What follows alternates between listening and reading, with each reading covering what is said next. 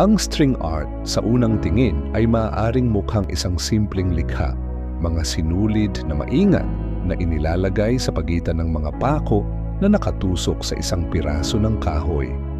Ngunit ang pagkalalim ng sining na ito ay higit pa sa nakikita ng mata.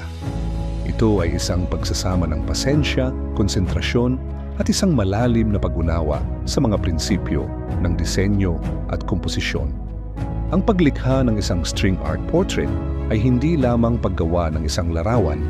Ito ay isang proseso ng paghabi ng mga alaala, damdamin at isang natatanging interpretasyon ng realidad.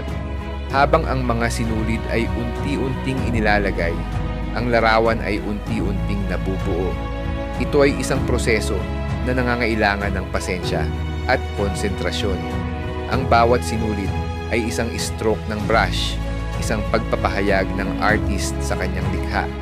Ang pag-igting ng sinulid, ang anggulo ng paglalagay, at ang pagpili ng pattern ay lahat ay may mahalagang papel sa pagbuo ng isang natatanging texture at depth sa portrait.